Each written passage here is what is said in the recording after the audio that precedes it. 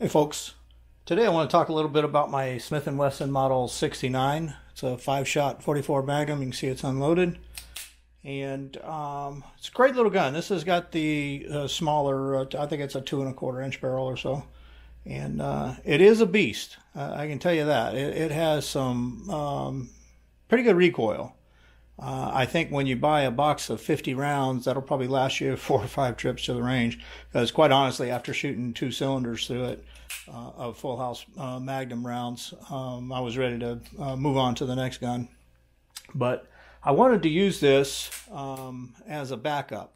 I have a Ruger 44 auto-loading rifle, and I thought, well, this would be a great little secondary to, handgun for up close, finish off an animal or something. But holsters are not real plentiful for it. I looked around and I was looking for something that I could carry both on my strong side and also cross draw, and that's where my dilemma was. And I wanted something in leather with a thumb brake on it. And this, by the way, it has just a silky sweet single action. I mean, see if we can get it in view here. Starting to apply pressure, bang. And as far as double action, it is smooth all the way through. It's tough. It's probably 8 pounds, I'm guessing. I don't have my scale out, but that's what I'm guessing is right around 8 pounds. But I do like the gun. I did have a few problems with it when I first got it.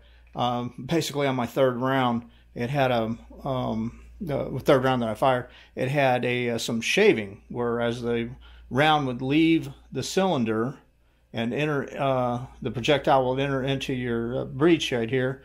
Right up on the top, it was shaving the top of the jacket off, and it got stuck right up in there between the top strap and the forcing cone. And it made the whole gun lock up. I mean, you couldn't open the cylinder, you couldn't cock it, you couldn't pull the trigger. It was basically, at that point, just you could use it as a hammer. Sent it in to Smith & Wesson. They did a few modifications to it. I haven't shot it that much. Put maybe a box of ammo through it since I got it back. And so far, so good. So let's talk about the holster. I found this one right here. This is put up by a company called Craft Holsters. I wasn't familiar with their work, but I liked what I saw on it. It looked like it had strong side, and then if you cant it a little bit according to the bottom and the top one, it'll put it in a slight cross draw position for you. Now, I went ahead and ordered it. It was only, I want to say it was $89, and I could be mistaken, but I'm pretty sure that that's what it was. So I ordered it, didn't know anything about the company, and after I ordered it, I got an email from them saying it was going to be like 6 weeks or so because they custom make them. And I said, well, that's strange. So I researched it a little bit, and come to find out, the company is actually located in Slovakia, which is right over there in Europe. So kind of close to the Russia-Ukraine problems. At any rate, they answered my email in a timely manner, and they did send another email to me that talked about breaking in the holster, care and maintenance of it, and stuff like that. Now, when I ordered mine, I did have them put 3 initials on it, something nice and easy there, just pop, basically. Hopefully that's in view without getting a glare on it. So, yeah, I'm a grandpa and everything, so I just had them put that on there. There's no deal. It looks like it was lightly stamped and then embossed with some gold. Probably had some gold leaf on it as they stamped it. So, at any rate, the holster came in, and like a typical guy, I didn't read any of the instructions in the email. I just grabbed my old Model 69 and went to shove it in there, and man, that's about as far as it got right there. I mean, I could not get it into the holster at all. I was starting to feel like, maybe they sent the wrong one. So I'm pulling on it, and I'm putting it down on the table and mashing in on it and everything. And finally got it to go down. Then I'm noticing that, well, golly, the sights are rubbing up here on the top of it. And, I mean, it was just a awkward fit. So I went ahead and opened up the email and decided to read the instructions. And it's a good thing I did. and I'm going to walk you through the best thing to do. Get you some denatured alcohol. It's not very expensive. You can buy a small can of it for $5 or $6. Get the little swab brushes, like you know, the daubers that you can get from Tandy Leather if you got one around you. You can get them pack of 10 for $4 or something like that, or you can get them from Hobby Lobby as well. But they work perfect due to having the reach on it. So basically, you're just going to dip your brush into the denatured alcohol, and you're going to swab the inside of your leather on all contact points. So for example, on this one, you're going to run it along the groove where your sight goes. You're going to run it over here on the backside where the trigger goes, and then you're going to rub it in on both sides of the cylinder points. Be generous with that. Put a lot on there. Now I try to keep it off of the outside because I didn't want to mar the dye that they put on it too bad. So I'm mainly just keeping it on the interior of it. Get it fairly moist in there. Then grab you a bag, preferably a clear bag with no writing on it, which is what I used. I've already discarded the bag, so this is just a standard, looks like a Walmart bag. Put your gun in the bag, pull it around, just kind of a loose fit on it, and then take your, sorry, bumped the camera, take your pistol, work it in there, shove it in, shove it in, shove it in, and once you get it in there and you think it's good, give it a little twist like this. Hold the holster at the base, grab the grip, and just try to rotate it, you know, to the 3 o'clock and 9 o'clock position, and that'll help to loosen this up and stretch this material.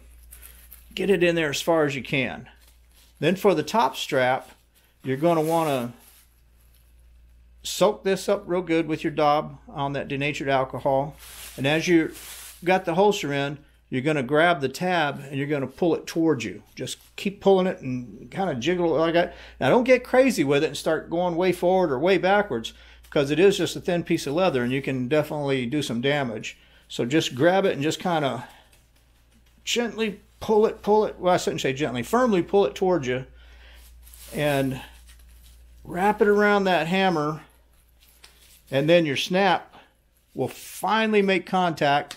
And of course, this is a typical holster snap, so you start it from the bottom and, you know, roll the snap in on top of it. Then set it aside. Let it sit overnight. Don't muck around with it anymore. You might can come back, you know, 20 minutes later and give it another little rotate in the holster, but that'd be about it. You just let it sit overnight and let it try to stretch that holster and mold it out. Next morning I got up, unsnapped it, pulled the gun out, took it out of the bag, make sure I didn't have no leaks and finish was good on the gun. Holster was nice and dry, and when I went to slip it in, it's like a glove. It just fits right in there, beautiful. And again, you know, can wear it either cross draw or on your strong side. You could carry it on your lefty too if you wanted to. Wearing it backwards, obviously, if this was your body and you carry it on your left side, it would work too, but it's going to be kind of awkward reaching around with your left hand and draw it. You'd have to do the old gunslinger tactic where you're pulling it out backwards and flipping a gun around. But so that's the craft holster. My experience with them was superb. And I would think that they're going to treat everybody with the same concern. The holster is stitched around. It's a single stitch. It doesn't look like it's double layered in there. It has got a nice burnishing around the edges of it. All that looks good. My only concern so far is on this thumb snap. As you can see, the hammer on this is very prominent. And as that strap comes around, basically that hammer is digging into it. And it's already, just in the short time I've had it, which is about a month, it's got a good little dent into the leather. You probably can see it right here starting to make mark on the outside. So I don't know how long that'll last. I figure eventually it may even wear a hole all the way through that. Not sure how long that'll take, or even if it will. It could just be my imagination. Now, one thing I can tell you on the snap, if you were to holster this with just your right hand. You can definitely get it in and out of the holster. If this was already on your belt, you can get it out, in and out of the holster, but when you try to snap it, it's still just a little, it's not that it's tight, it's just that it's kind of awkward to snap that with one hand, so you're probably going to need two hands to come around and snap it. I really got this for cross draw carry, and it works fine. It goes right on my belt. However, the one thing that I can tell you is I got a big belly, and if you wear your pants up around your belly button like normal folks, it does ride well enough that you can sit comfortably.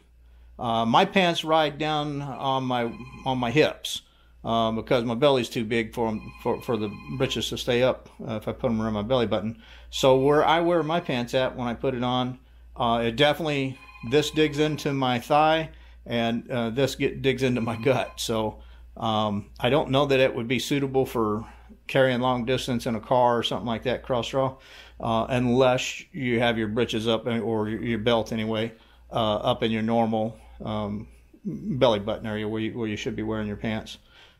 So that's all the high points of the holster. I think it's well worth the investment. 89 bucks, can't go wrong. And I don't think it'll be one of those that winds up in my box of miscellaneous holsters. I think it'll be the go-to leather that I grab whenever I take this. Even to the range, I'll transport it in it and stuff. Just keep the finish on the gun from getting marred up in the bag. So if you have any questions, feel free to reach out, and I'll help you out however I can. Thanks for watching.